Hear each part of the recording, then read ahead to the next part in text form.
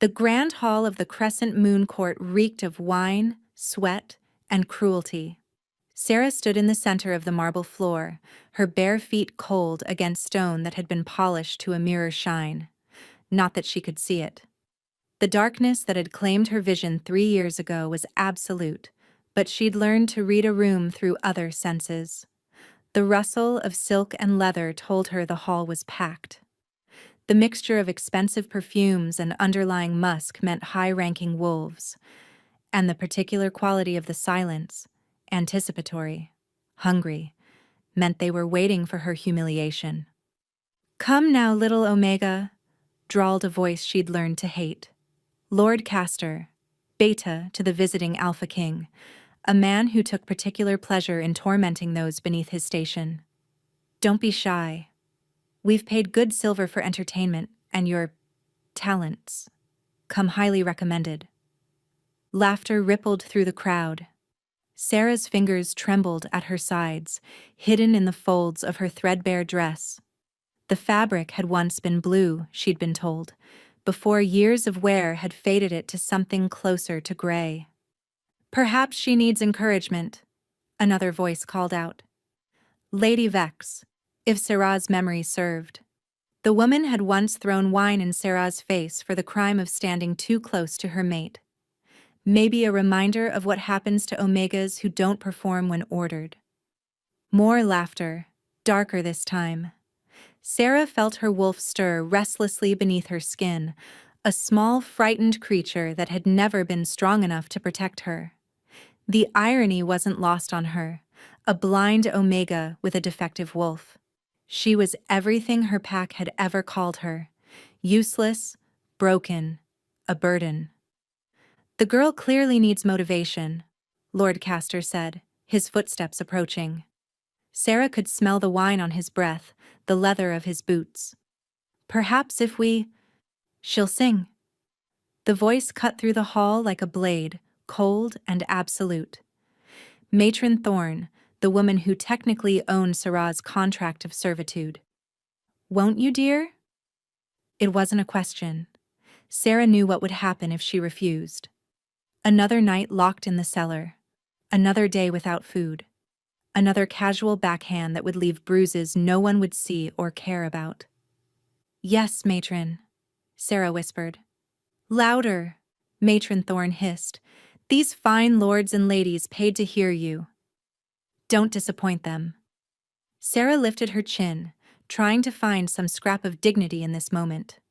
Her mother had once told her she had a gift, that her voice was touched by the moon goddess herself. That was before the fever that took her sight.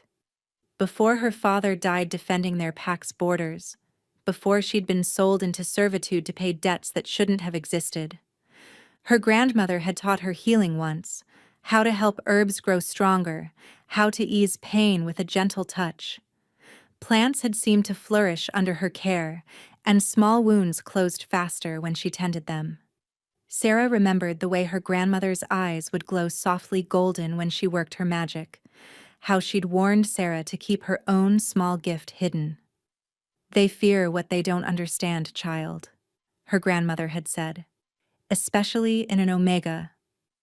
After the fever took her sight, Matron Thorne had forbidden such unnatural practices. Magic in an Omega was dangerous, she'd said. Better to pretend it didn't exist. So Sarah had locked that part of herself away, along with so many other things.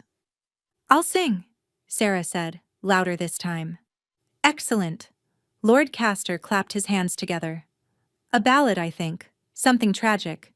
These blind creatures always sing tragedy so convincingly." The crowd erupted in cruel amusement. Sarah closed her sightless eyes, a habit she'd never quite broken, and reached for the one thing they couldn't take from her. The music that lived in her bones, the melodies that had kept her sane through 3 years of servitude. She began to sing. The song was old, taught to her by her grandmother. A tale of lost love and ancient magic, of wolves who'd forgotten what it meant to be wild. Her voice, clear and achingly pure, filled the grand hall. She sang of moonlight on snow, of forests that remembered when wolves ran free, of bonds that transcended pack law and social rank.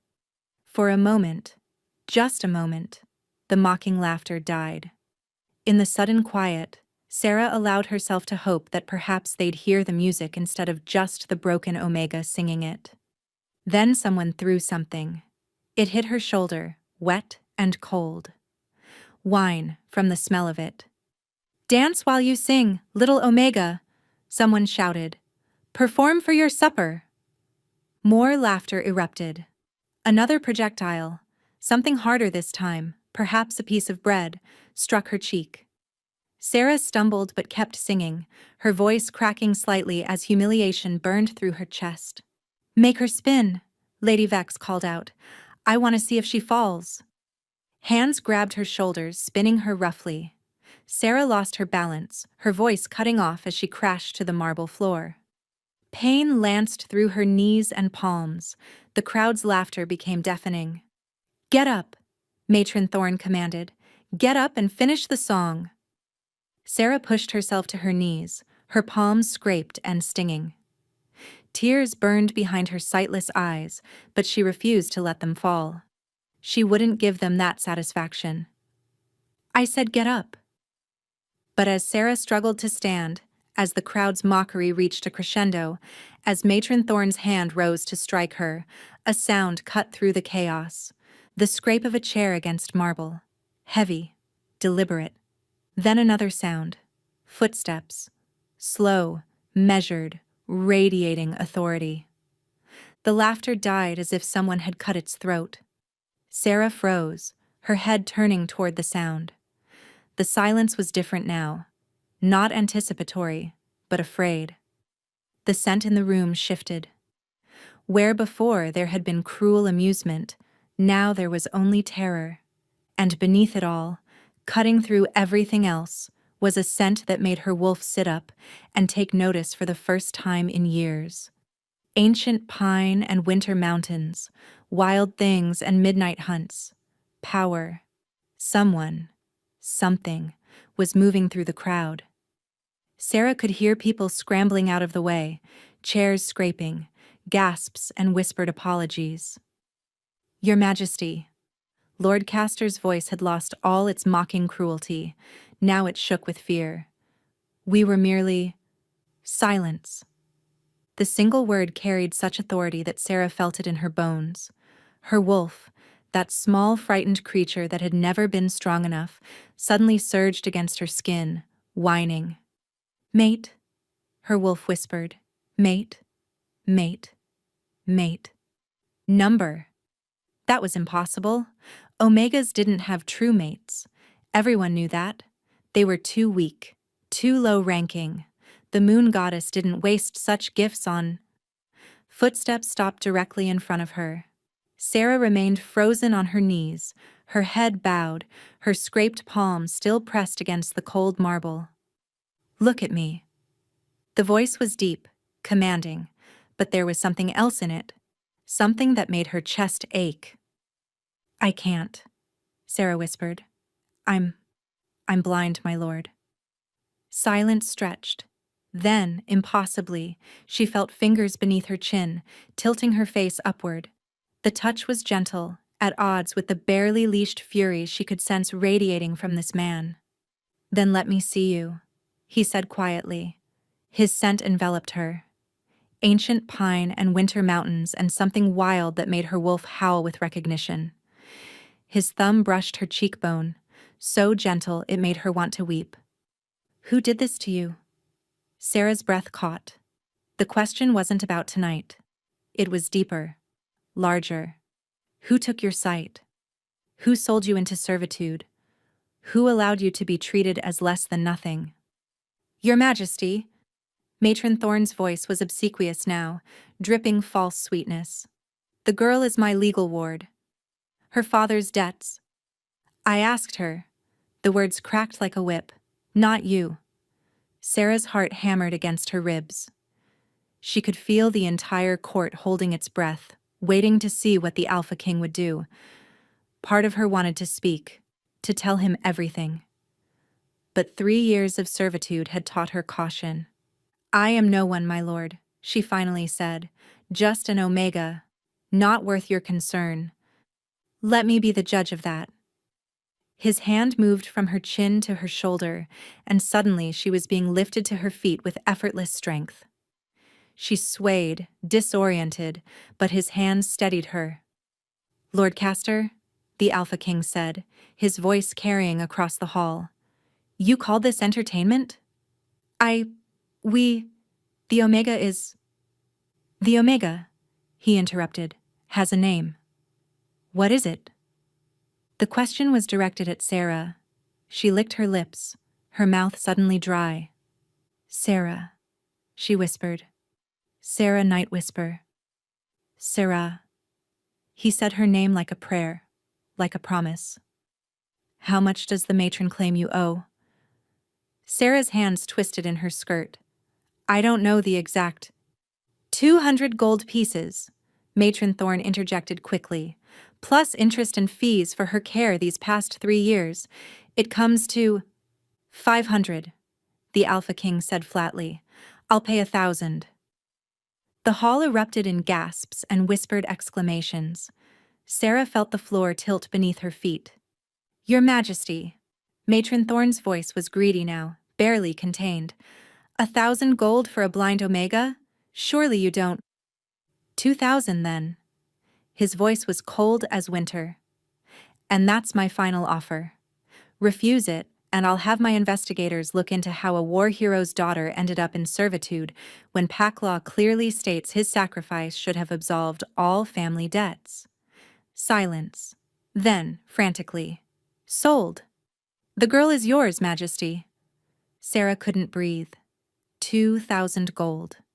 For her. It was impossible. It was dash dash. "Can you walk?" The Alpha King's voice was gentle again, meant only for her.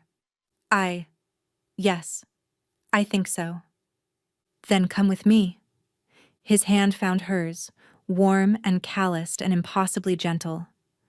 As he led her toward what she assumed was the exit, Sarah heard Lady Vex whisper to someone, "The Alpha King Cale Ravenscar, buying a blind Omega? Has he gone mad?" Cale Ravenscar. The name resonated through Sarah like a bell. The Nightfall King, they called him. Youngest Alpha to ever unite the northern packs. Ruthless in battle, unmerciful to his enemies, and rumored to have executed his own father for crimes against pack law. And he'd just paid a fortune for a broken Omega he didn't know.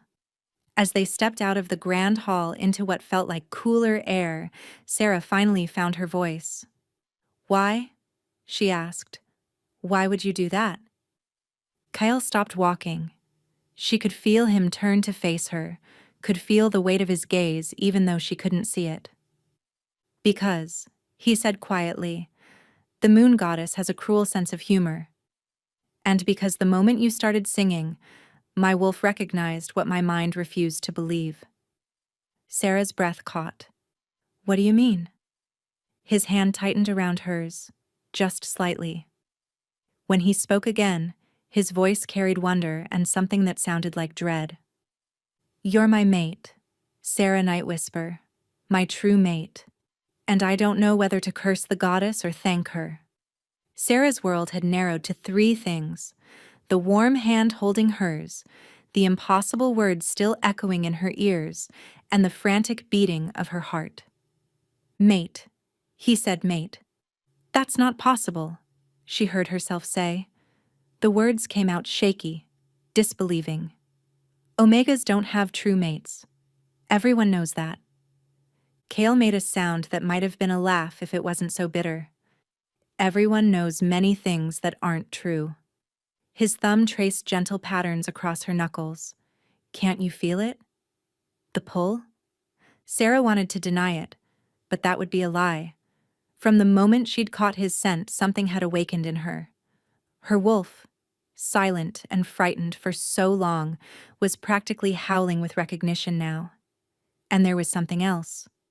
A thread of awareness connecting her to him, gossamer thin but undeniably present. "I feel something," she admitted quietly. But that doesn't mean— Your Majesty, a new voice interrupted, male and breathless. Your Majesty, the matron is demanding written proof of payment, and Lord Castor is asking if you intend to return to the banquet and— Tell Castor the entertainment portion of the evening is concluded, Kale said coldly. Permanently. If he wishes to continue our trade negotiations, he'll ensure that no member of his court ever treats an Omega in such a manner again. But sire, the treaty is worthless if it's built on the suffering of the defenseless. Kale's voice carried an edge that made Sarah grateful she wasn't the target of his anger. And tell the matron she'll have her coin by morning. Now leave us. Footsteps retreated hastily. Sarah heard a door close, and suddenly she was acutely aware that they were alone. Or at least, alone enough. Where are we? She asked. A corridor off the main hall. Private enough. There was a pause. I'm sorry. You must be overwhelmed. Overwhelmed was putting it mildly. Hours ago she'd been resigned to another night of humiliation and cruelty. Now she stood in a private corridor with the Alpha King, who claimed she was his mate and had just paid a small fortune for her freedom. I don't understand any of this, Sarah said. Her free hand came up to her throat, a nervous gesture. Why would the moon goddess— I'm broken, blind, weak. You're the Nightfall King. You could have any dash. Don't. The single word cut through her self-deprecation. Don't diminish yourself. Not in front of me. Not ever. The fierce protectiveness in his voice made her chest tight. This was Kale Ravenscar, the king who'd supposedly killed his own father without mercy, showing gentleness to a blind Omega he'd just met. I'm not diminishing myself, Sarah said quietly. I'm stating facts. My pack couldn't afford to keep me after I lost my sight. My father's debts were paid when he died defending pack territory. Pack law is explicit about that. Kale's anger wasn't directed at her, but she could feel it radiating off him in waves. Someone lied to you. Someone sold you into servitude illegally. Sarah's breath caught. That's not— Matron Thorne said— What did she say? That my father died owing 3 years' worth of back taxes. That without him, I couldn't support myself. That servitude was better than being cast out as a rogue. Sarah's voice dropped to a whisper. She said she was being kind. The growl that rumbled through Kale's chest was pure wolf, pure alpha fury. Sarah felt it vibrate through the hand still holding hers. Kind, he repeated, the word dripping venom. She imprisoned you illegally, worked you without pay, and called it kindness. She fed me, Sarah said, though even to her own ears it sounded weak. Most days. Most days. Kale's gentle touch resumed across her knuckles. Did she hurt you? Beyond tonight? Sarah wanted to lie. Wanted to say it hadn't been that bad, but something about this man, about the bond humming between them, made deception feel wrong. Sometimes, she admitted, when I was too slow with my chores, or when she'd had too much wine, or when she just felt like it. Sarah shrugged, trying to make it seem less than it was. It could have been worse. It should have been nothing. Kyle's voice was quiet now, deadly. You were under her care. She owed you protection, not pain. Tears burned behind Sarah's sightless eyes. When was the last time someone had been angry on her behalf? When had anyone cared if she hurt? You don't know me, she whispered. Why do you care so much? Because you're mine. The possessiveness in those 3 words should have frightened her. Instead, they made her wolf purr with satisfaction. I don't even know what that means, Sarah said. Being mates. I thought it was just stories. Things that happened to important wolves.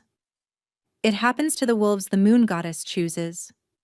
Kale's hand left hers, and she felt him step closer. That wild mountain scent enveloped her.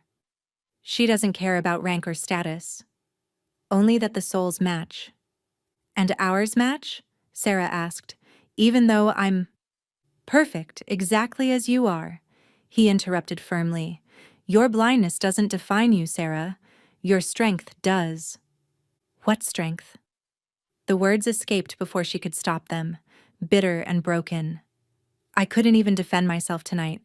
I let them mock me, throw things at me, humiliate me. What kind of strength is that? The strength to survive. Kale's fingers found her cheek, wiping away a tear she hadn't realized had fallen. The strength to keep singing even when they tried to break you. The strength to stand when everything in you wanted to crumble. His hand brushed her face with heartbreaking gentleness. That's not weakness, Sarah. That's courage. Sarah had spent 3 years being told she was worthless. Hearing the opposite from this powerful man, feeling his absolute conviction through their bond, was almost more than she could bear. I don't feel courageous, she whispered. You don't have to feel it for it to be true. Kale's hand moved from her cheek to her hair, carefully avoiding the scraped and tender spots on her scalp, where Matron Thorne had pulled too hard, too often. But you're exhausted and overwhelmed, and we have much to discuss that can wait for morning. Morning? Sarah frowned. You mean you're not leaving me somewhere? Leaving you? Kale sounded genuinely confused. You're my mate. Where would I leave you? I don't know. Back to Matron Thorne? Or to another pack? I just assumed. Sarah trailed off, suddenly uncertain. Sarah. Kyle's voice was very gentle now. I paid for your freedom. You belong to no one but yourself. But if you're willing, I'd like you to come with me to Nightfall Keep. You're home, Sarah breathed. You're home too, if you'll have it. It was too much. Too fast. Everything was happening too quickly, and Sarah felt like she was drowning in possibilities she'd never dared imagine. I don't have any belongings, she heard herself say. Just this dress, and it's not even really mine, just something the matron gave me for tonight. Then we'll get you new clothes. Everything you need. I don't have any skills. Just singing and… Sarah. Kale's hands found hers again, holding them gently but firmly. Stop trying to convince me you're not worth keeping. It won't work. But you don't know me, Sarah protested weakly. Then let me. His hands held hers with steady warmth. Let me know you. Let me show you what it means to be treasured instead of tolerated. Sarah's breath hitched. And if I'm not what you think I am? If I disappoint you? Impossible. The certainty in his voice broke something in her chest. For 3 years she'd held herself together through sheer stubbornness. Now, faced with this impossible kindness, she felt her careful control crumbling. I'm blind, she said, and heard her voice crack. I can't do normal things. I'm slow. I make mistakes. You survived, Kyle interrupted firmly. You endured cruelty that would have destroyed a lesser wolf. You kept your dignity when they tried to strip it away. You sang beautifully even as they mocked you. Don't tell me you're not extraordinary, Sarah. I won't believe it. A sob caught in her throat, then another.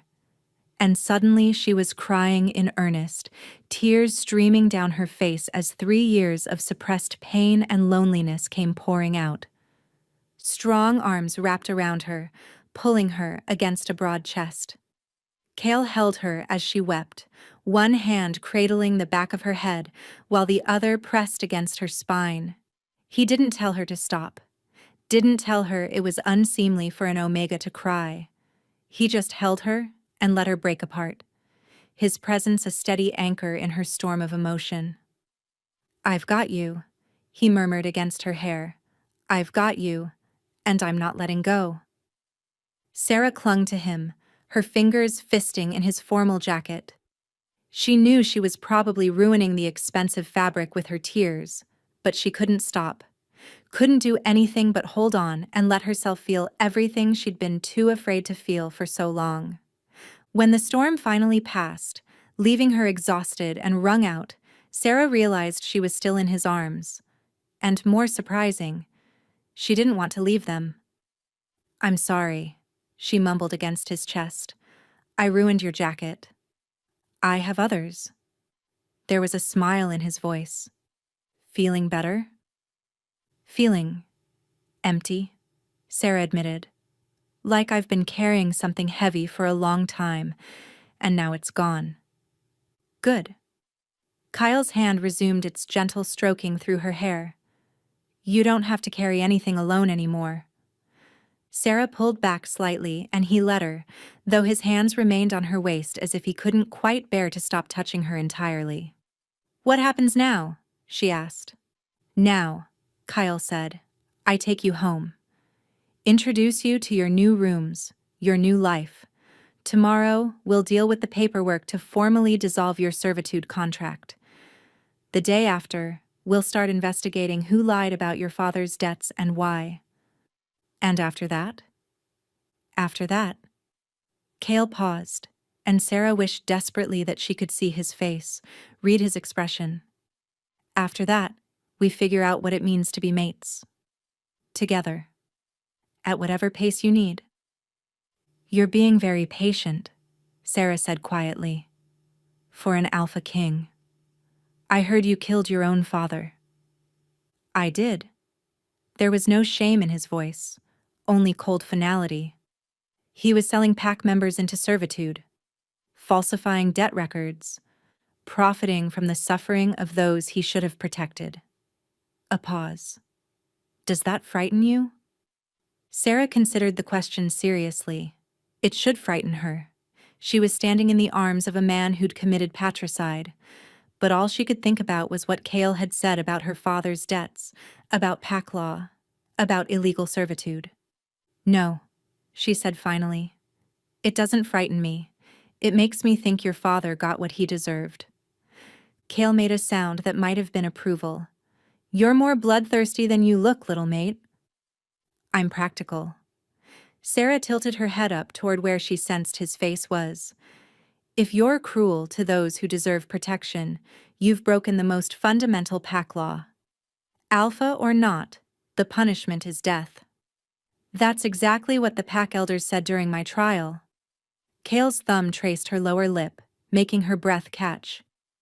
"Most wolves would have hesitated, called it murder." "Most wolves didn't spend 3 years in illegal servitude," Sarah countered. "I know what happens when alphas forget their duty." "And what do you think about an alpha who remembers his duty?" Cale asked softly. Sarah felt her cheeks heat. I think I'd like to find out." The tension between them shifted, becoming charged with something that made her wolf whine with want. Sarah had never been kissed, never been touched with desire. Omegas and servitude were off limits to most wolves, and she'd been too blind and broken for anyone to notice her that way regardless. But Kyle noticed her. That wild mountain scent was rich with interest, with carefully controlled desire. And the bond between them hummed with possibility. "Sarah," Cale said, his voice rough, "I want to kiss you." "May I?" The fact that he asked, that this powerful alpha king asked permission instead of just taking, made her chest ache with affection. "Yes," she whispered. His hand cupped her cheek, tilting her face up. Then his lips met hers, gentle and questioning. Sarah froze for a heartbeat, overwhelmed by the sensation. Then instinct took over and she kissed him back, her hands coming up to rest on his chest. The kiss was nothing like she'd imagined kisses would be. It was soft and sweet, with an underlying current of leashed power that made her shiver. When Cale's tongue traced the seam of her lips, she opened for him, and the kiss deepened into something that made her knees weak. He pulled back before she was ready, resting his forehead against hers as they both caught their breath. "We should stop," he said, though he made no move to release her. "Why?" Sarah asked, then blushed at her own boldness. "Because you've been through trauma tonight. Because we just met. Because you deserve to be courted properly, not rushed into something you're not ready for." Kale's thumb brushed across her kiss-swollen lower lip. "And because if I keep kissing you, I won't want to stop at just kissing." Heat pooled in Sarah's belly at the admission.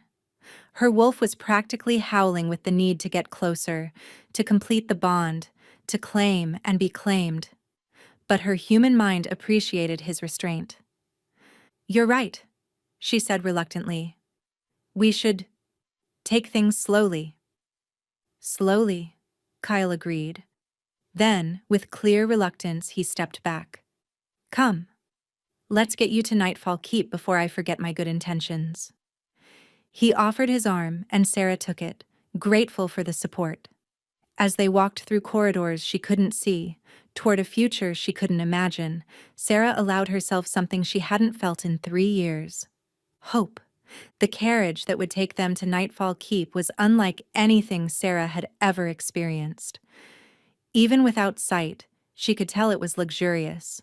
The seats were cushioned with what felt like velvet, and the interior smelled of leather and cedar wood, rather than the musty dampness she'd grown accustomed to. "There are blankets if you're cold," Kale said, as he helped her settle into the seat. "And food if you're hungry." "When did you last eat?" Sarah tried to remember. "Yesterday morning, I think. Matron gave me bread." The silence that followed was heavy with barely contained fury. "Yesterday morning," Kyle repeated, his voice dangerously quiet. "And tonight, she paraded you in front of the court to be mocked and humiliated." "She said I needed to earn my keep," Sarah said softly. Then, because honesty seemed important between them, "I'm used to being hungry." She heard Kale move, heard something being unwrapped. Then his hand found hers, pressing something warm and soft into her palm. "Eat," he commanded gently. "It's fresh bread with honey butter. There's also cheese, fruit, and cold meat if you want it." Sarah's stomach growled audibly, making her blush. She brought the bread to her lips and took a tentative bite. The explosion of flavor. Real butter, real honey, bread that was fresh and soft, made her want to weep again. "Good?" Kyle asked. "It's..." Sarah swallowed hard. "It's wonderful." She ate slowly, savoring every bite while Kyle told her about Nightfall Keep. His voice was soothing, painting pictures with words of soaring towers and ancient forests, of pack members who would welcome her, and rooms that would be hers alone. "You'll have your own suite," he said, "connected to mine, but separate. Your own space, your own sanctuary. I've already sent word ahead to have it prepared." Sarah paused mid-bite. "Connected to yours?" "For the bond," Kale explained. "Mates need proximity, especially in the beginning. Being too far apart causes discomfort. But you'll have privacy whenever you need it. Locks on the doors that only you control." The thoughtfulness of it, giving her both closeness and autonomy, made her chest tight. "Thank you," she said quietly. "You don't have to thank me for basic respect, Sarah. Maybe not. But I'm grateful anyway." The carriage rolled on through the night. Sarah finished eating and found herself growing drowsy, lulled by the motion and Kale's deep voice. At some point, she felt him shift closer. "Rest," he murmured. "We have another hour before we reach the keep. I'll wake you when we arrive." Sarah meant to protest, to say she wasn't tired, but the warmth of his presence and the safety she felt for the first time in years pulled her under like a gentle tide. She woke to the sensation of being carried. "Easy," Kale's voice rumbled against her ear. "We've arrived. You were sleeping so deeply I didn't want to wake you." Sarah became aware that she was cradled against his chest, his arms secure beneath her knees and shoulders. The night air was cool on her face, carrying scents of pine and mountain stone. "I can walk," she protested weakly. "I know you can. Let me carry you anyway." There was something in his voice, a need that matched her own. Her wolf was purring contentedly at being held by their mate, and Sarah found she didn't actually want to protest. "All right," she conceded softly. Kale carried her through what sounded like a massive doorway. The acoustics changed, becoming more enclosed. Sarah heard footsteps, multiple people moving nearby. "Your Majesty," a woman's voice, older and warm. "Welcome home. And this must be—" "My mate," Kyle said firmly. "Sarah Night Whisper. Sarah, this is Greta, my head of household." "My lady." Greta's voice came closer, and Sarah smelled lavender and fresh linen. "I've prepared the Luna suite as His Majesty requested. Fresh clothes, a hot bath, everything you might need." "Thank you," Sarah said, feeling overwhelmed. "She hasn't eaten properly in days," Kale told Greta. "Have food sent up. Lots of it. And tell the pack we'll have a formal introduction tomorrow evening." "Of course, sire. Shall I send for a healer?" The young lady looks. "I am a healer," a new voice interrupted. Male, younger than Greta. "Or near enough." "I'm Finn, Your Majesty, the castle physician." "Finn." Kale's voice warmed slightly. "Good. You'll examine Sarah once she's settled. But gently. She's been through enough tonight." "Understood, sire." They climbed stairs. Sarah counted 3 flights, before Kale finally stopped walking. She heard a door open, and suddenly the scents changed. Clean linen and beeswax candles, fresh flowers. And underneath it all, that unmistakable wild scent that meant safety and home. "Your rooms," he said, carrying her inside. "May I set you down?" "Please." He lowered her carefully onto what felt like the softest bed she'd ever touched. Sarah's hands explored the surface, smooth silk coverlets, plush pillows.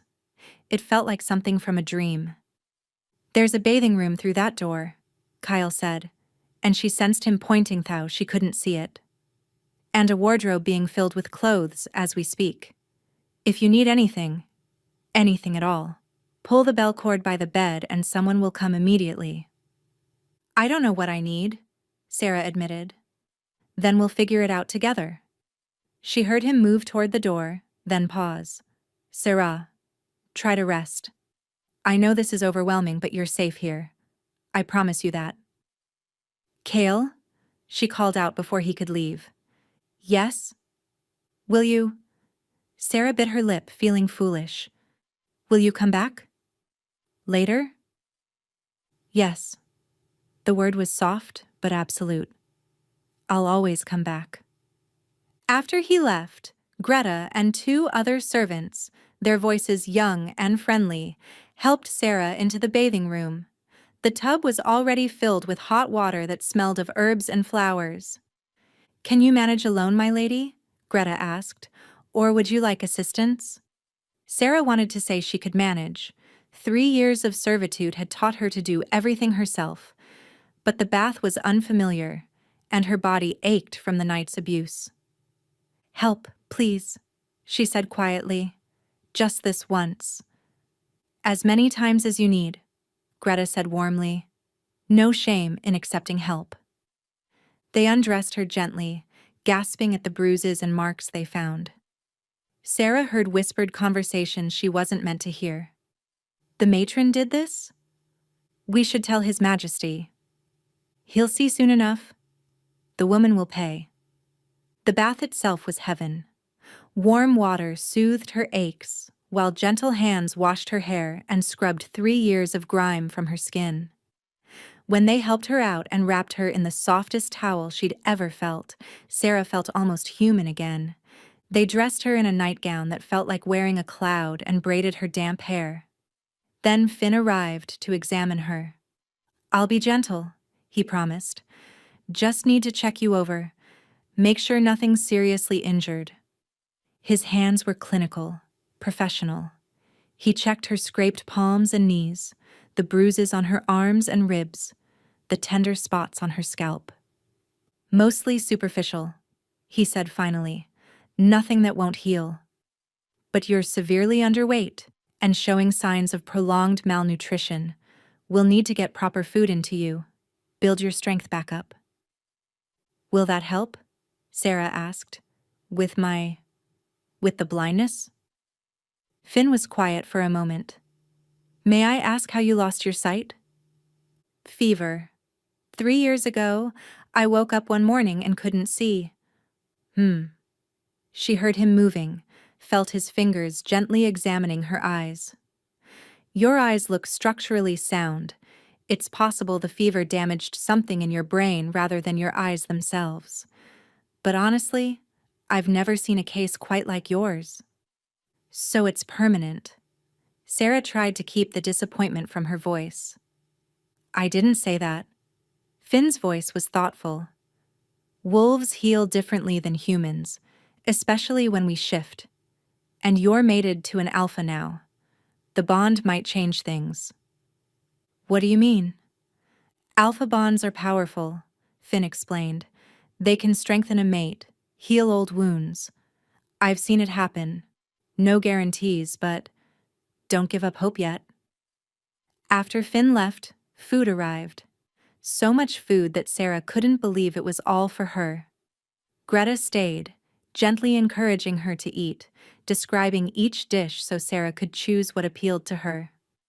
Roasted chicken with herbs. Fresh bread, different from what you had in the carriage, this is from our own ovens. Butter and honey. Cheese that's been aging in the cellars for 2 years. Apples from the castle orchard. And chocolate cake, because His Majesty thought you might like something sweet. Sarah ate until she was uncomfortably full, then ate a little more because everything tasted so good.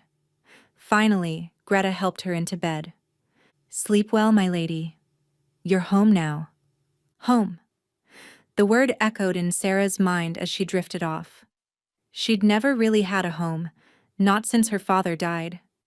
Could this place, these people, really become that? She slept deeply, dreamlessly, until sometime in the dark hours of early morning when she woke to a presence in her room. Cale? She whispered. I'm sorry. His voice came from near the door. I didn't mean to wake you.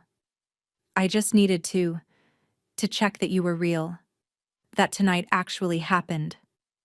Sarah pushed herself up on her elbows. I'm real. Yes. She heard him move closer. May I sit? It's your castle. It's your room.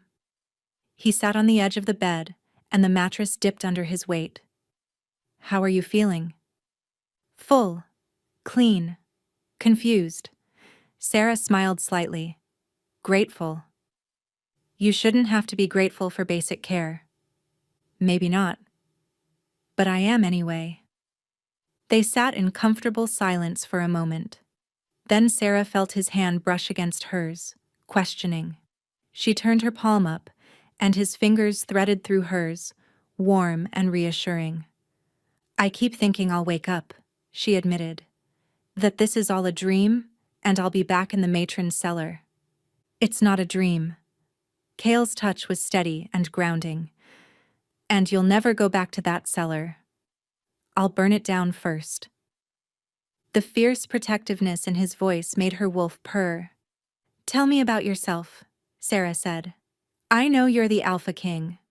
That you united the northern packs, that you killed your father for breaking pack law. But who are you beyond the crown? Cale was quiet for so long she thought he might not answer. Then, I'm a wolf who takes his responsibilities seriously. Perhaps too seriously, some would say. I don't have many friends because I don't have time for them. I like running in wolf form better than attending state dinners. I read old texts about pack law and ancient magic when I can't sleep, and I've been lonely for longer than I care to admit. The honesty in his words touched something deep in Sarah's chest. I'm a terrible cook, she offered in return. "I can't sew worth anything. My handwriting was atrocious even before I lost my sight. I'm stubborn and I ask too many questions and I sing when I'm nervous." She paused. "And I've been lonely too." "Not anymore," Cale said softly. "Neither of us has to be lonely anymore." He stayed with her until she fell asleep again, his hand in hers, his presence a comfort in the darkness. Sarah woke to the sound of feminine laughter and the scent of fresh flowers. "Oh good, you're awake," an unfamiliar voice, young and bright. "I'm Lyra, one of His Majesty's. Well, one of your guards now, I suppose, and this is my sister Mira." "Guards?" Sarah sat up, confused. "Personal guard," another voice confirmed. "Mira, presumably. His Majesty assigned us to you this morning. For protection and to help you navigate the keep until you're comfortable." "I don't need guards," Sarah protested. "Everyone in the royal household has guards," Lyra said cheerfully. "Especially the king's mate. Don't worry, we're not scary." "Well, Mira's a little scary in combat, but otherwise we're quite pleasant." "Lyra," Mira said warningly. "What?" "It's true." Despite her confusion, Sarah found herself smiling. "It's nice to meet you both." "We've brought breakfast," Lyra continued, "and His Majesty requests your presence in his study when you're ready. No rush, though. He said to let you wake naturally." They helped her dress in clothes softer than anything she'd ever worn, then guided her through the castle. Sarah tried to memorize the route, down 3 flights of stairs, left at the corridor that smelled of beeswax, right at the one that carried the scent of the kitchens. "Nervous?" Mira asked quietly as they approached what Sarah assumed was the study. "A little," Sarah admitted. "Don't be. He's been pacing all morning like an expectant father. It's quite endearing, actually." The study door opened before they could knock. "Sarah." Kyle's voice was warm with welcome. "Come in, please." "Lyra, Mira, thank you." The guards departed, and suddenly Sarah was alone with Kale again.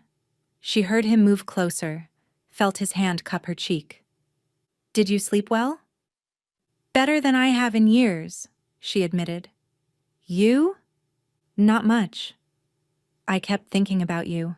His touch was gentle against her skin. "I have something for you." He pressed something smooth and wooden into her hands. Sarah's fingers explored it. Some kind of staff, carved and polished, reaching from the floor to about her chest height. "A walking stick," Kale explained. "Made from mountain ash. It should help you navigate more independently. And..." He hesitated. "I've been thinking about your blindness." Sarah stiffened. "Kale, if you're going to say I need to be healed or fixed..." "No," he interrupted firmly. "You don't need to be fixed. But I want to explore options if you're willing. Not to change you, but to give you tools. There are wolves with gifts that might help. Wolves who can create magical sight, or share their vision temporarily. And there's the possibility that the mate bond itself might..." A knock at the door interrupted him. "Sire," came a male voice, "the matron Thorne is here. She's demanding an audience." Kale's growl was immediate and visceral. "I told her to return tomorrow for payment." "She says it's urgent. Something about the Omega's contract having additional clauses." Sarah felt ice slide down her spine. "Additional clauses?" "Probably lies," Kale said, but she could hear the tension in his voice. "But we should deal with this now." "Are you comfortable seeing her?" "No," Sarah admitted. "But I want to be there anyway." Kyle squeezed her hand. "Then let's end this." They went down to what Kale called the formal receiving room. Sarah could hear multiple people already present, the rustle of clothes, the shuffle of feet, whispered conversations. "Your Majesty." Matron Thorne's voice was sickly sweet. "How kind of you to see me." I trust the Omega is settling in well? Sarah, Kale corrected coldly. Her name is Sarah, and she's no longer your concern. Ah, but that's where you're wrong. Paper rustled. According to the contract of servitude, any attempt to purchase the Omega before her debt is fully satisfied requires payment in full, plus a transfer fee of, oh my, 5,000 gold pieces. Sarah gasped. Kale went very still. That wasn't in the contract last night, he said, his voice dangerously soft. It's in the fine print, Your Majesty. Right here, witnessed and sealed by pack law. The smug satisfaction in Matron Thorne's voice made Sarah's skin crawl. I'm afraid without the full payment, the Omega must return to my care until the debt is satisfied. No. The word from Kale wasn't loud, but it carried absolute authority. She's not going anywhere. Then you'll pay the transfer fee. Really, Your Majesty, I'm being quite reasonable. 5,000 gold for a blind Omega is generous, considering she's your mate. I could demand much more. Sarah felt Kale's fury radiating through their bond. She also felt something else, a pulling sensation, like an invisible thread connecting her to him was being stretched taut. You have 3 seconds to leave my castle, Kale said, his voice carrying the weight of his alpha command. Before I forget my honor and rip your throat out where you stand. I'll return with the authorities, Matron Thorne hissed. Pack law! Pack law! A new voice interrupted, female and ancient. States that fraudulent contracts are void, and this contract reeks of fraud. Sarah turned toward the voice. The scent that reached her was earth and old magic and something wild. Who? Matron Thorne began. I am Elder Moira, the ancient voice continued, keeper of pack law for the Northern Council. And I've been investigating you, Matron Thorne, for quite some time. I don't know what you're talking about. Don't you? Elder Moira's voice was sharp as broken glass. Perhaps you'd like to explain how you've acquired 37 Omegas over the past 5 years, all claiming debts of deceased family members? All conveniently blind, deaf, or otherwise disabled? Silence. Then, frantically, they were legally acquired. They were stolen. Elder Moira's voice carried the weight of absolute authority. You falsified debt records, bribed officials, sold vulnerable pack members into illegal servitude, and you've been padding your pockets with their labor ever since. You can't prove. I can prove everything, and I'm placing you under arrest for crimes against pack law. Guards. What happened next occurred in a blur. Sarah heard Matron Thorne scream, heard the crash of furniture as she tried to run, then a snarl. Not quite human, not quite wolf, and the sound of a scuffle. Sarah, get back. Kale's hand found her arm, pulling her behind him. But Sarah was already feeling it. That pulling sensation in her chest had become a burning. The bond between her and Kale was reacting to the danger, to her fear, to something primal and old. Kale, she gasped. Something's wrong. I feel... Heat exploded through her body. Not painful exactly, but overwhelming. Every nerve ending lit up at once, and suddenly she was falling forward. Except she didn't fall. Strong arms caught her, but the touch only made it worse. Where Kale's hands gripped her, the heat concentrated, building to an intensity that made her cry out. Sarah! Kale's voice was panicked. Finn! Someone get Finn! But Sarah couldn't answer. Her wolf was surging forward, stronger than it had ever been, demanding something she didn't understand. And beneath the chaos of sensation, beneath the fear and confusion, one word echoed through her mind in a voice that was both hers and not hers. Claim. Kale must have heard it somehow, felt it through their bond, because his entire body went rigid. No, he said, but his voice was strained. Not like this. Sarah, you have to fight it. You're not ready. We're not. Alpha. Elder Moira's voice cut through his protest. The bond has been triggered. Forcing her to fight it will only cause more pain. She doesn't know what she's doing. Then guide her. The elder's voice was firm, but not unkind. The first claiming is always instinctual. Let her wolf lead. Sarah barely heard the conversation.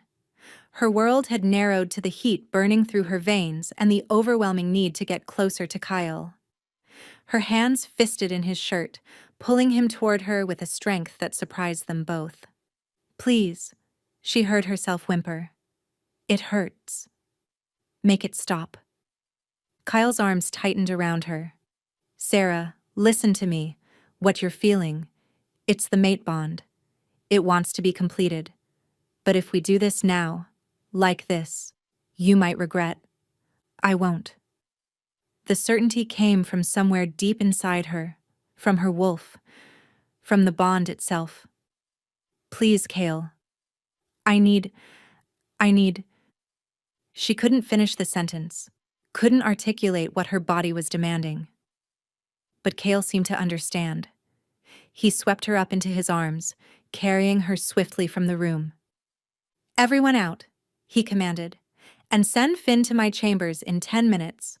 Not before. He took the stairs 2 at a time. Sarah buried her face against his neck, breathing in his scent, wild and intoxicating, trying to ground herself in the overwhelming storm of sensation. The burning was getting worse, spreading from her chest through her limbs, pooling low in her belly. Almost there, Kale murmured. Hold on, my heart. They burst through a door, his chambers, from the intensity of his scent that saturated the air.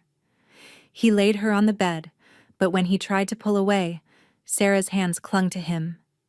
Don't leave, she gasped. I'm not leaving. I'm just... He stopped, groaned. Sarah, your eyes. What about them? They're glowing. Gold. Like mine do when my wolf is close to the surface. Sarah's breath caught. What's happening to me? The bond. Kale's hand cupped her cheek, his thumb brushing her lower lip. It's trying to complete itself. To tie your wolf to mine permanently. His voice dropped to a whisper. I'm so sorry. If I'd known this would happen, I would have prepared you better. Prepared me how? Sarah arched against him as another wave of heat rolled through her. The claiming bite. Kale's voice was strained. For mates, it's intimate. Your wolf wants to mark me as yours, and mine wants to mark you. It's usually done during... He stopped, clearly struggling. It's usually done during mating. Understanding crashed through Sarah. Oh. Yes. Oh. Kale's forehead pressed against hers. So you see why we need to stop this? You're not ready. We barely know each other. If I take advantage of... You're not taking advantage, Sarah interrupted.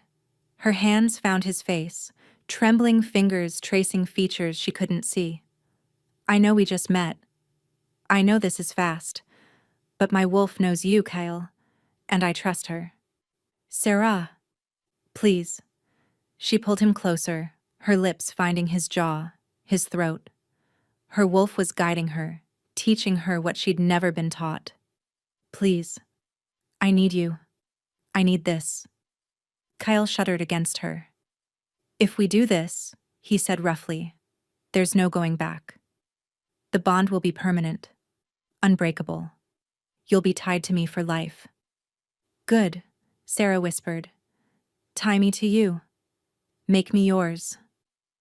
The growl that rumbled through Kale's chest was pure alpha, pure wolf. His control snapped like a thread pulled too tight, and suddenly his mouth was on hers, demanding and desperate. Sarah kissed him back with equal desperation, her body arching into his as the burning intensified. His hands roamed over her body, mapping curves through the thin fabric of her dress. When his lips left hers to trail down her throat, Sarah gasped, tilting her head to give him better access. Mine, Kale growled against her skin. Say it. Yours, Sarah breathed. I'm yours. His teeth grazed the junction of her neck and shoulder, right over her pulse point. The sensation sent electricity racing through her veins. Her wolf surged forward, howling in triumph, demanding completion. Kale, she whimpered. Please. I can't. It's too much. I know. His voice was barely human now, roughened by his wolf. I've got you. Just let go. Let your wolf take over. Sarah surrendered to the instinct burning through her. Her hands found their way under his shirt, exploring the hard planes of his chest and back. When her fingers found his shoulders, her wolf guided her to lean forward, to press her mouth to the same spot on his throat where he'd been kissing hers. Yes, Kale hissed. Do it. Claim me. Sarah's teeth found his skin. For a heartbeat, she hesitated. This was permanent, irrevocable, binding. Then the bond surged, and her teeth sank deep. The reaction was immediate and explosive. Power flooded through her, mixing with Kale's as their wolves recognized and claimed each other. Sarah felt his emotions crash into hers, fierce possessiveness, desperate need, overwhelming love, and beneath it all, a joy so profound it brought tears to her eyes. Through the bond, she felt him bite down on her shoulder at the same moment, completing the circle. The world exploded into sensation, pain and pleasure and belonging all mixed together until she couldn't tell where she ended and he began. When the intensity finally faded to something bearable, Sarah found herself cradled against Kale's chest, both of them trembling and breathless. His hand stroked through her hair while his other arm held her securely against him. Are you all right? He asked, his voice hoarse. Sarah took inventory of herself. The burning was gone, replaced by a warm contentment that settled into her bones. Her wolf was purring with satisfaction, completely at peace for the first time since they'd met. And there was something else. Something new. Through the bond, she could feel Kyle. Not just his emotions, but his presence. A constant awareness of him that was somehow comforting rather than intrusive. I'm perfect, she said softly. Is it always like that? No. Kyle pressed a kiss to her forehead. That was extraordinary. The bond is stronger than I've ever heard of it being. Is that bad? No, my heart. It's perfect. He pulled back slightly. Sarah, your eyes. Still glowing? No, they're open. And you're looking right at me. Sarah's breath caught. I can't see you. Are you sure? Kale's hand came up, waving in front of her face. And suddenly, impossibly, Sarah could see movement. Not clearly. It was more like shadows and light. Blurred shapes that her mind couldn't quite interpret. But it was something. More than the absolute darkness she'd lived with for 3 years. I see, she whispered. Not much. But something. How is that possible? The bond. Kyle sounded awed. It's sharing my wolf senses with you. Not full sight, but enough to navigate, enough to see shapes and movement. Tears spilled down Sarah's cheeks. I can see you, she breathed, staring at the blurred shape that was Kale's face. Not clearly, but I can see you. He pulled her close again, and she felt his chest shake with emotion. The moon goddess has been kind, he murmured against her hair. So very kind. A knock at the door made them both jump. Your Majesty? Finn's voice called. I was told to wait 10 minutes. It's been 12. May I enter? Kyle pulled a blanket over them both, making them decent. Come in. Finn entered, followed by Elder Moira. The ancient wolf took one look at them and smiled. The bond is complete, she said with satisfaction. I can feel it from here. How do you feel, young Omega? Different, Sarah admitted. Stronger. And I can I can see a little. Shapes and shadows. The alpha's gift to his mate. Elder Moira nodded. Your wolves are sharing senses now. It will grow stronger over time, as you learn to use it. She turned to Kale. You've done well, Alpha King. The bond is stable and strong. And the matron? Kale asked. In custody. She'll face trial before the full Northern Council. Elder Moira's voice hardened, as will the other officials she bribed. The 37 Omegas she imprisoned will all be freed, their true families located if possible, and proper compensation paid. Relief flooded through Sarah. Others would be saved because of what happened tonight. After Finn had checked them both and proclaimed them healthy, after Elder Moira had left with promises to return for the formal mating ceremony, Sarah and Kale were finally alone. I should let you rest, Kale said, but made no move to leave the bed. Stay, Sarah said, curling into his warmth. Please. Always, he promised, pulling her close. Always. As Sarah drifted toward sleep, she marveled at how much had changed in just 2 days. She'd gone from a blind, broken Omega being mocked for entertainment to a claimed mate of the Alpha King, with partial sight restored, and a future she'd never dared dream of. Kale? She murmured sleepily. Thank you. For standing up, for seeing me when everyone else looked away. His arms tightened around her. Thank you for being brave enough to survive until I found you. My fierce, perfect mate. Sarah smiled and let herself fall asleep, safe in the arms of the wolf who'd chosen her, bound to him by a love that transcended logic and reason. Sarah was learning what it meant to be the Alpha King's mate, and every moment was a revelation. It meant waking wrapped in Kale's arms, his steady heartbeat a comfort against her ear. It meant breakfast in bed while he told her about pack business, asking her opinion on matters she'd never imagined anyone would value. It meant afternoon walks through gardens where she could now see the blurred shapes of flowers and trees, her new wolf sight growing stronger each day.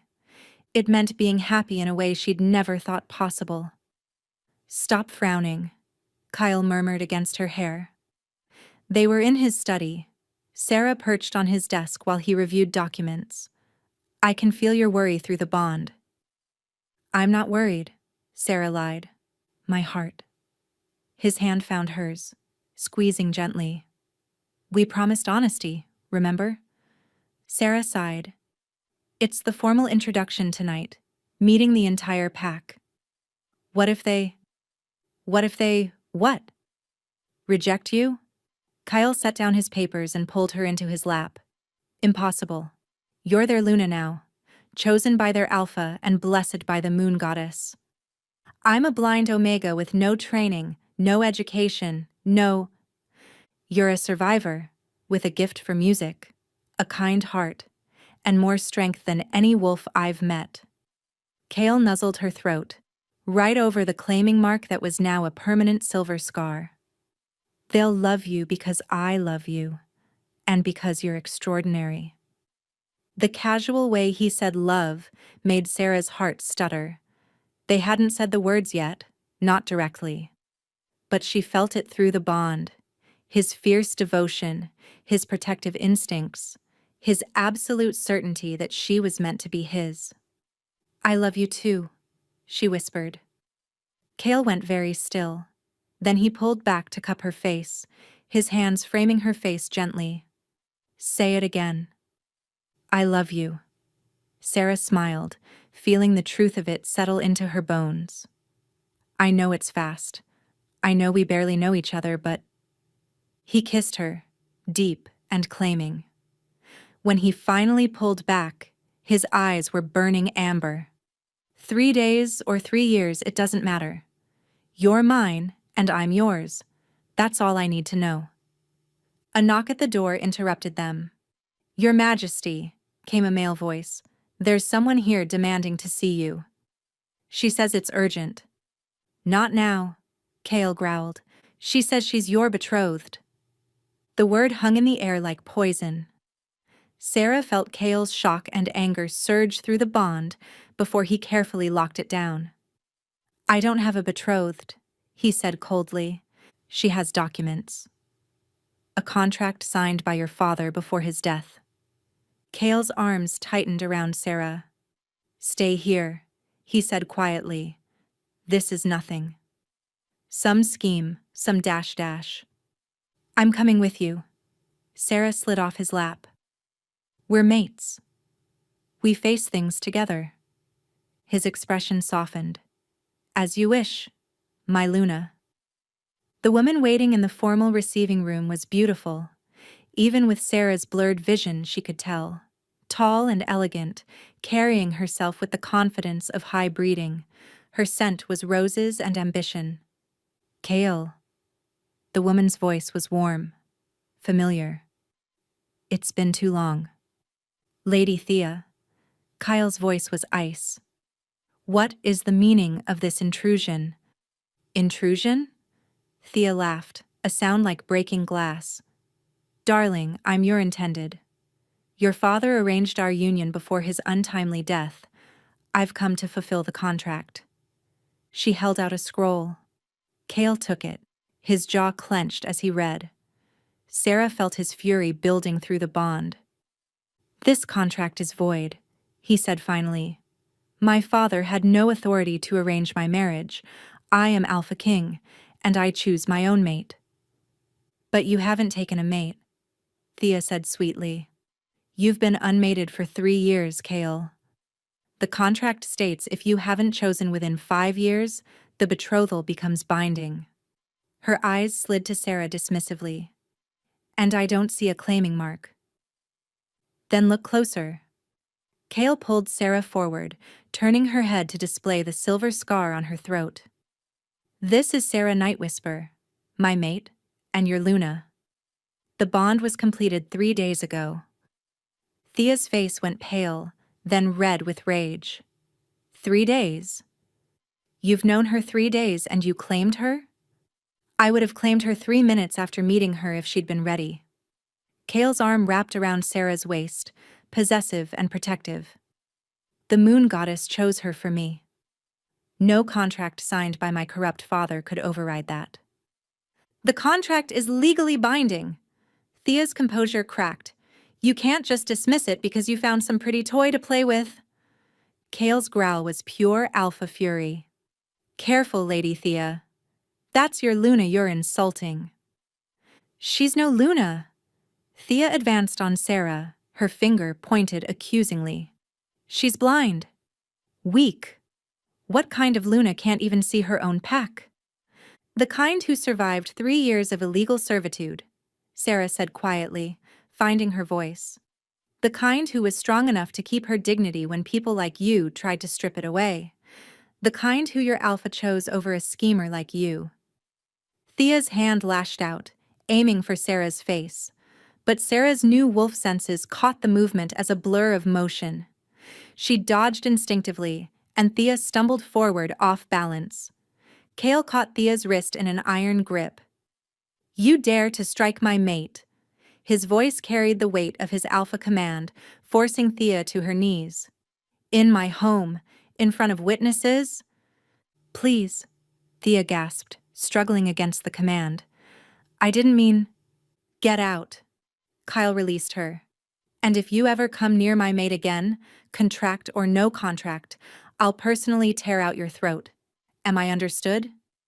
Thea fled, her composure in tatters, but as she reached the door, she turned back, her face twisted with malice. This isn't over, Cale. That contract is witnessed by the Northern Council. They'll enforce it whether you like it or not. Her eyes found Sarah. And when they do, your little blind Omega will be cast out. Maybe I'll buy her for my own household. I could use a new serving girl. The door slammed behind her. Sarah felt Cale shaking with barely contained rage. She's lying, he said. The contract can't be enforced. Not when we're already mated. But what if she's not lying? Sarah's voice was small. What if the council... They won't. Kale pulled her close. I won't let them. But as the day wore on, Sarah couldn't shake the feeling that something was wrong. The bond between them felt strained, stretched thin.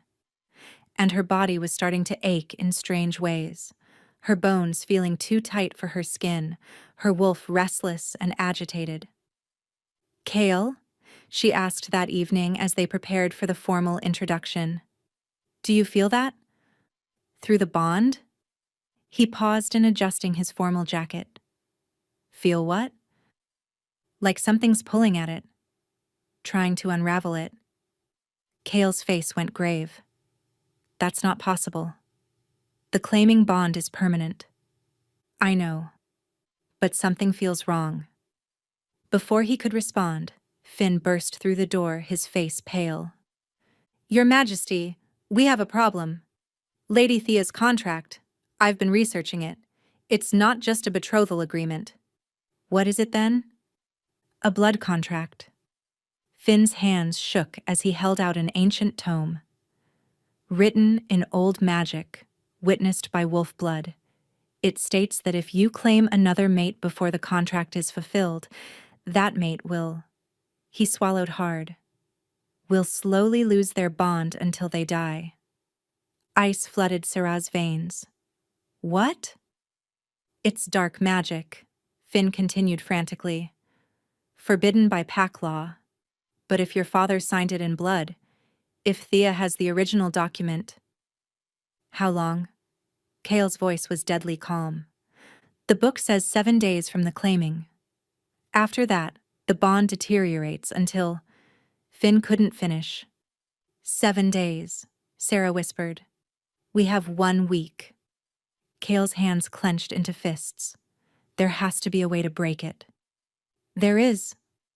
Elder Moira appeared in the doorway, her ancient face grave. But unless...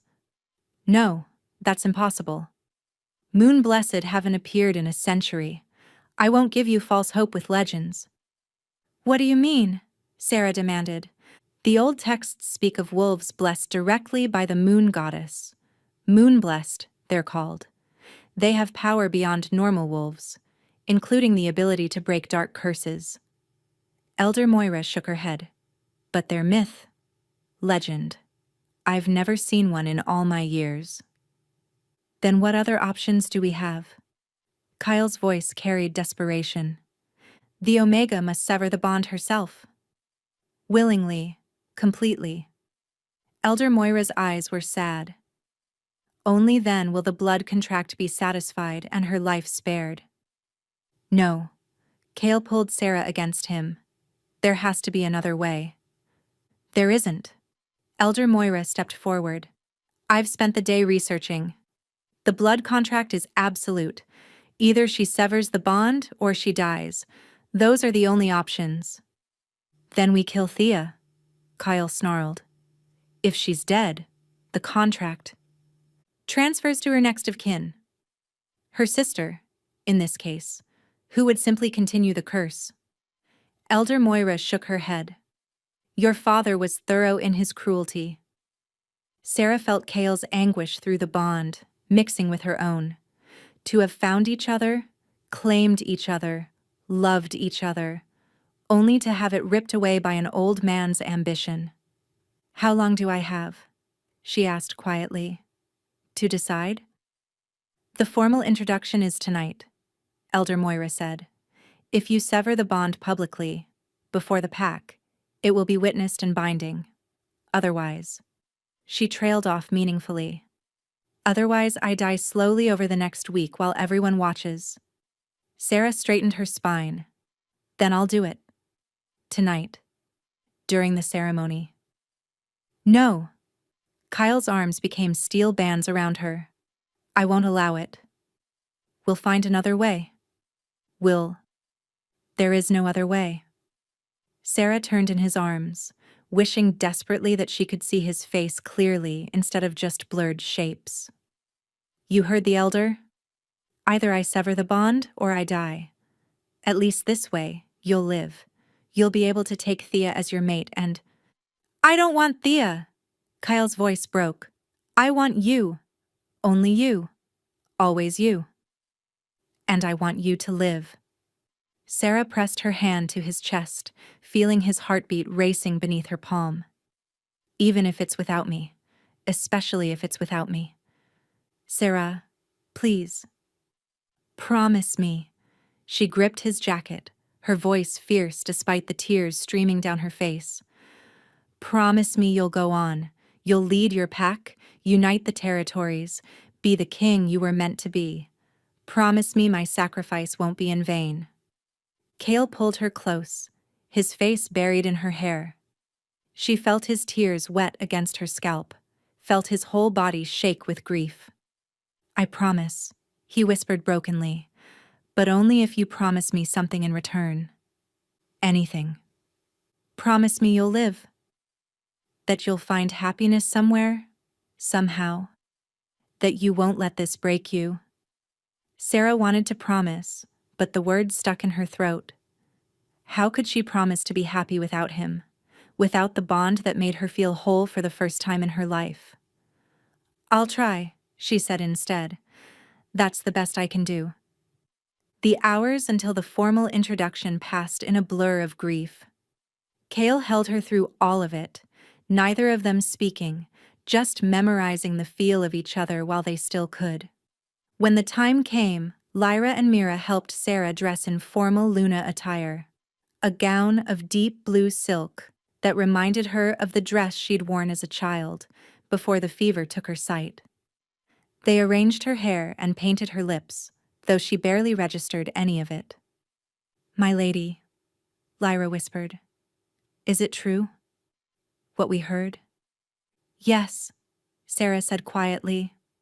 It's true. There has to be another way, Mira insisted. Magic or...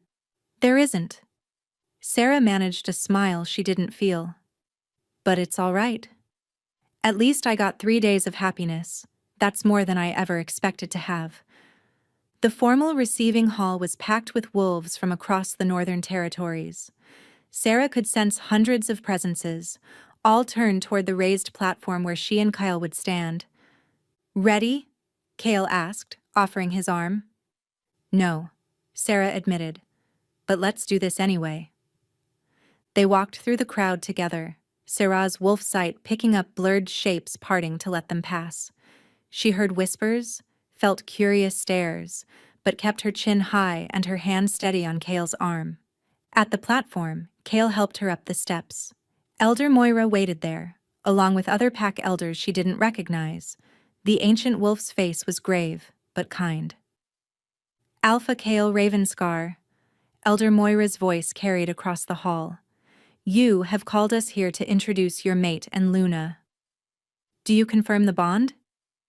I do, Cale said, his voice steady despite the anguish Sarah felt through their connection. And you, Sarah Nightwhisper.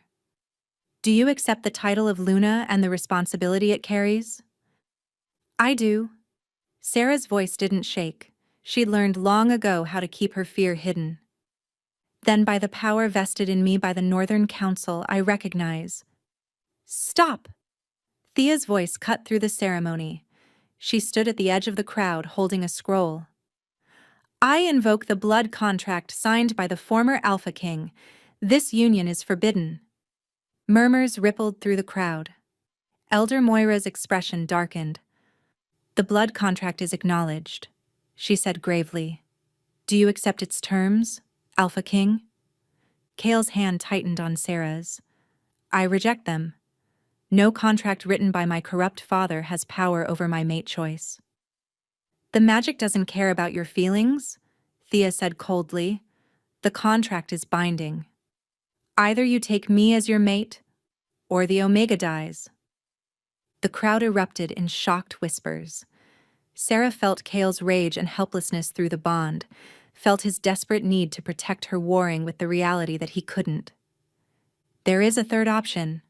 Sarah's voice rang out clear and strong. I can sever the bond myself. No. Cale turned to her.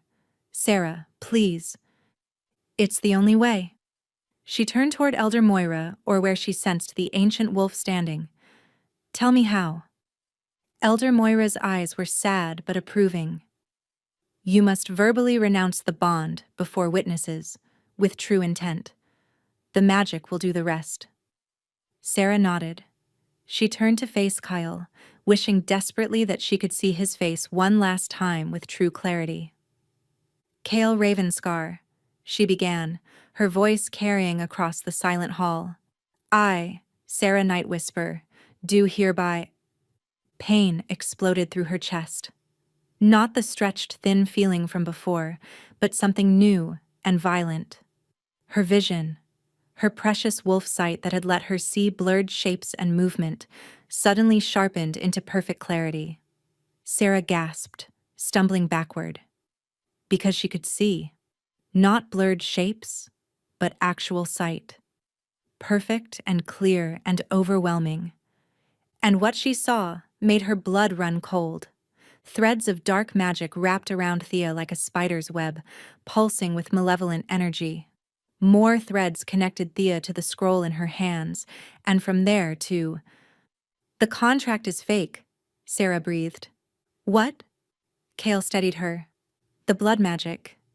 I can see it now. Sarah pointed at Thea, her newly restored vision picking out every detail. It's not coming from your father's signature. It's coming from her. She's feeding it power, sustaining the curse herself. Elder Moira moved faster than seemed possible for her ancient frame.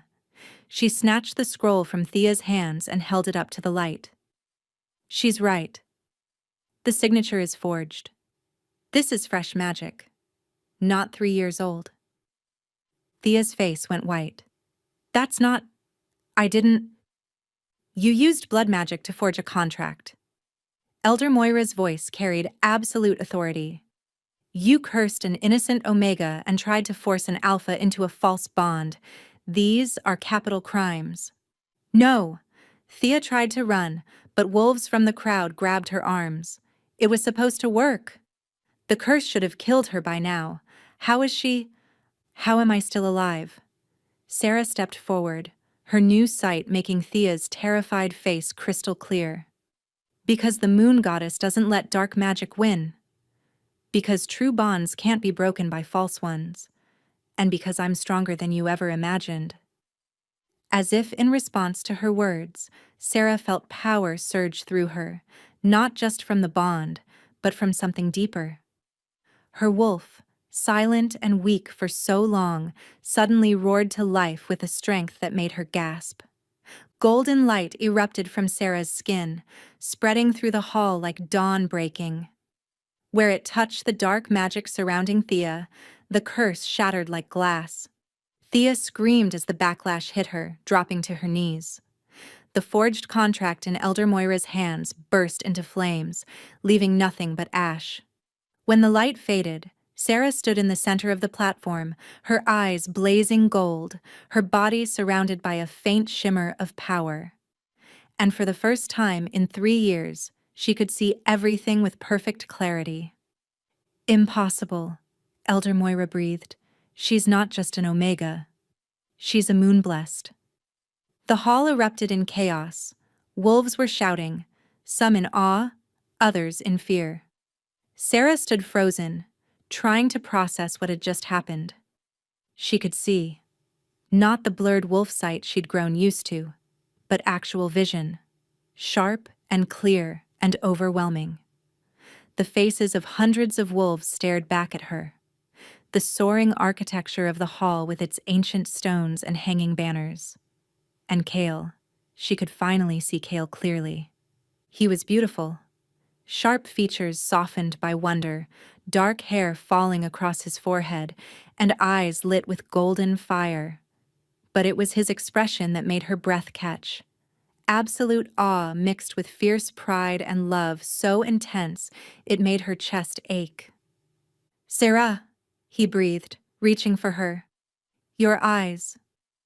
"I can see you," she whispered. "I can actually see you."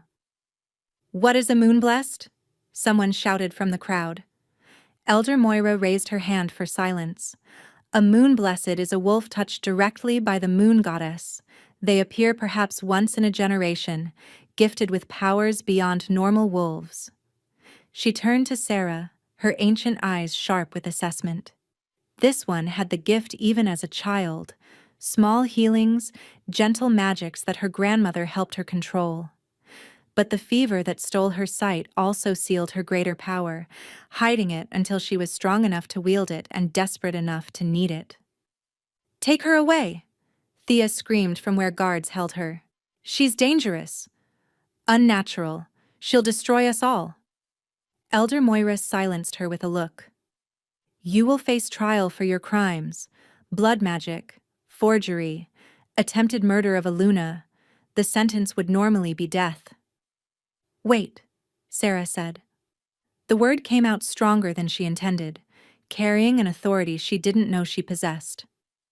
"She should face justice, yes, but not death."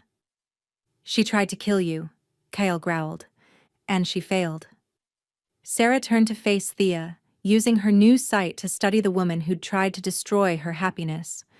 "She's not evil, just desperate. Ambitious. Someone taught her this magic, used her as a pawn." Sarah addressed Elder Moira. "I want her questioned. Find out who gave her the spell, who helped her forge the contract, then strip her of rank and exile her. Let her live with the knowledge that she failed." Murmurs of approval rippled through the crowd. Elder Moira nodded slowly. "The Luna shows mercy. Very well.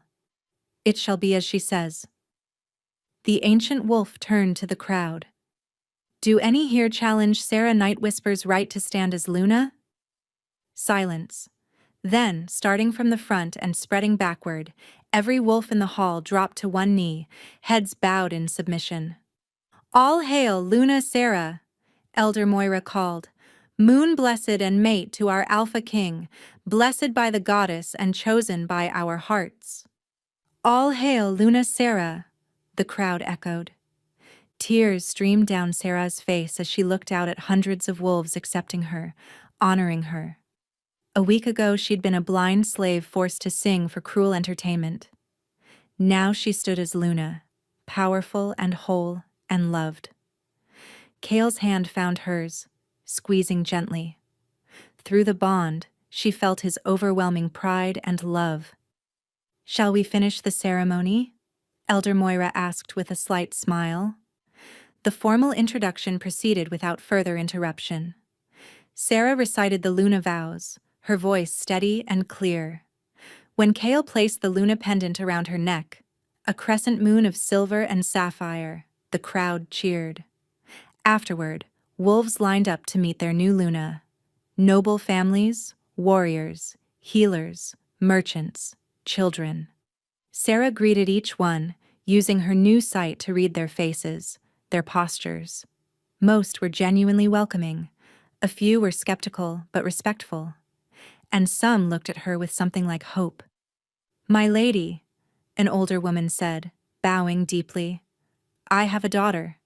She lost her hearing in an accident 2 years ago. Could your gift?" Sarah felt Kyle tense beside her, ready to protect her from unreasonable demands. But when she looked at the woman's face, she saw only desperate hope. "I don't know if I can help," Sarah said honestly. "My power is new, unpredictable, but I'm willing to try." The woman's eyes filled with tears. "Thank you, Luna.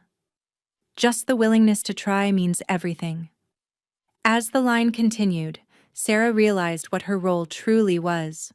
Not just mate to the Alpha King, but hope for those who'd been told they were broken.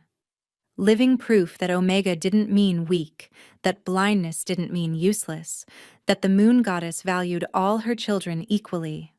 Hours later, when the last well-wisher had departed, Kale swept Sarah into his arms and carried her from the hall. "Where are we going?" she asked, laughing. "Somewhere private." His eyes glowed with unmistakable intent. "I've been patient all evening, watching wolves meet my mate, touch her hand, make her smile. Now I want you all to myself." He carried her to their chambers and set her gently on the bed.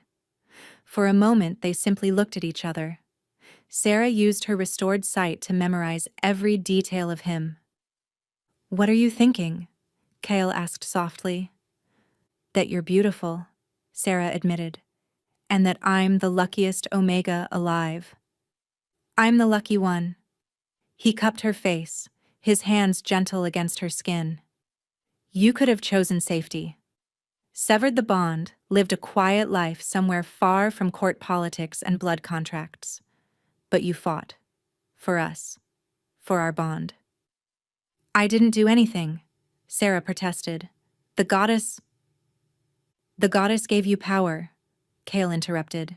"But you chose to use it for good. You showed mercy to someone who tried to kill you. You offered hope to wolves who'd lost it. That wasn't divine intervention, Sarah. That was you." He kissed her then, deep and claiming. Sarah melted into him, her hands fisting in his formal jacket. When they finally broke apart, both breathing hard, Kale rested his forehead against hers. "I love you," he said, "my fierce, compassionate, impossible mate. I love you more than I thought I could love anyone." "I love you too," Sarah whispered, "even though you paid a ridiculous amount of gold for me." Kyle laughed, the sound warm and genuine. "Best investment I ever made." They made love slowly, tenderly, Sarah using her new sight to watch his expressions, to see the love in his eyes. Afterward, they lay tangled together, the bond between them humming with contentment. "What happens now?" Sarah asked sleepily. "Now we live." Kyle pressed a kiss to her hair. "We lead our pack, help those in need, and build the life we both deserve." "That simple? That simple." He paused. "Well, there will be politics. And probably more wolves trying to challenge your position, and we should investigate who taught Thea that blood magic. And dash dash. Kale." Sarah pressed her finger to his lips. "Right now, let's just be happy." He smiled against her finger. "Yes, Luna." Sarah drifted toward sleep, safe in her mate's arms, her sight restored, her power awakened. She thought about the blind Omega who'd been forced to sing for entertainment just a week ago. That girl could never have imagined this future. But the moon goddess had imagined it, had planned it, had taken a broken Omega and transformed her into a Luna worthy of standing beside a king. "Thank you," Sarah whispered to the goddess, to fate, to whatever force had brought her here. Kale's arms tightened around her. "What are you thanking me for?" "Everything," Sarah said simply. "For standing up. For seeing me.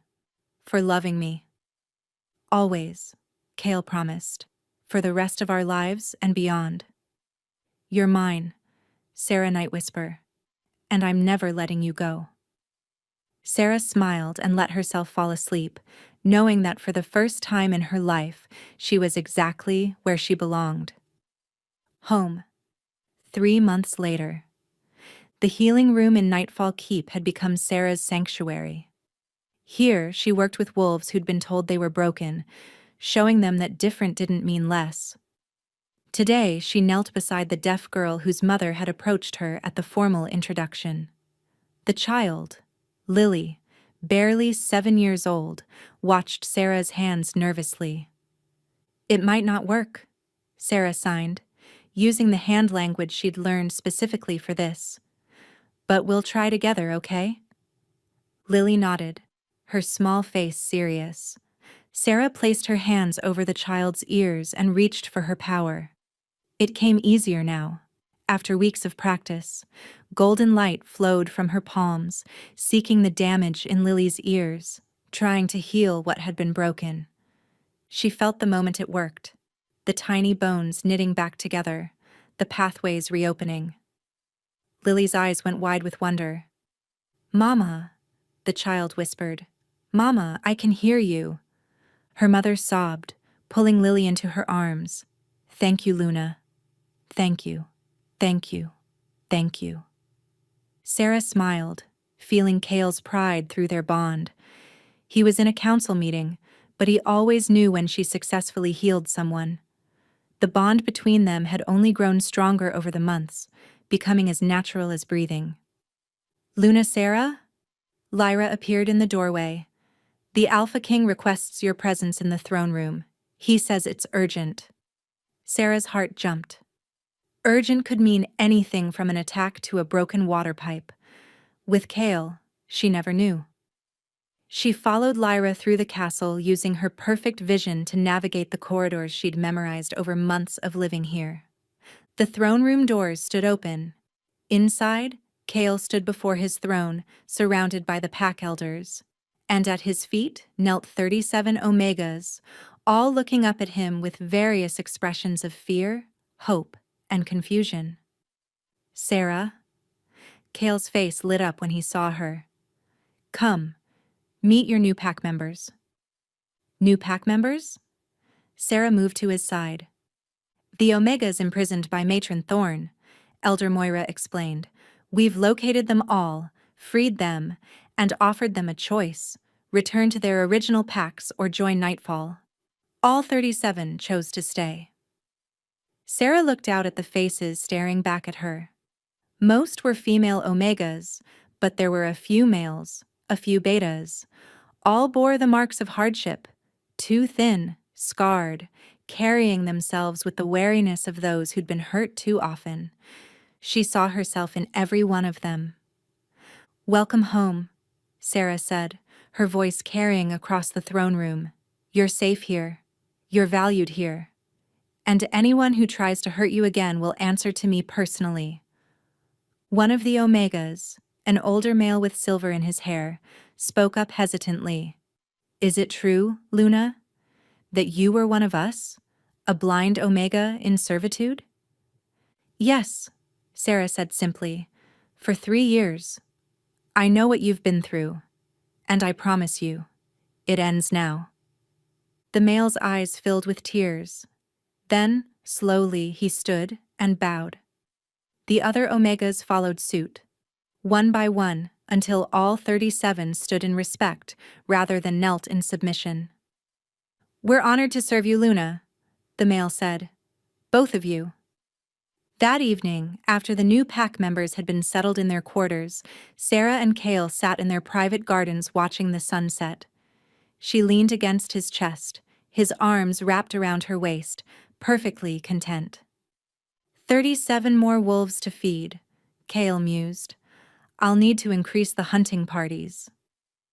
"They'll earn their keep," Sarah said. "Some are skilled craftspeople. Others have combat training. One of them told me he used to be a scribe." Kale nuzzled her neck, right over the claiming mark. "My mate, collecting strays." "You collected me first," Sarah pointed out. "Best decision I ever made." He paused. "Sarah, there's something I've been wanting to ask you." She turned in his arms to face him. "What is it?" "The blood contract investigation. We finally tracked down who taught Thea that magic." His expression darkened. "It was my uncle. My father's brother. He's been in hiding since the execution, but we found him." "And?" Sarah prompted when he didn't continue. "And he claims my father had other contracts. Other plans. Things that might still be in motion." Kale's hands tightened on her waist. "I want to hunt him down, end this once and for all.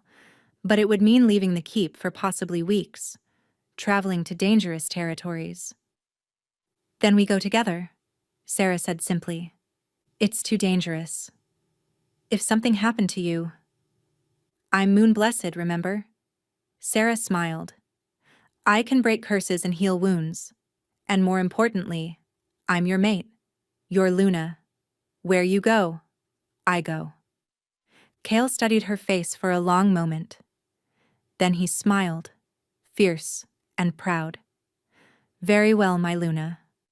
We hunt together." "When do we leave?"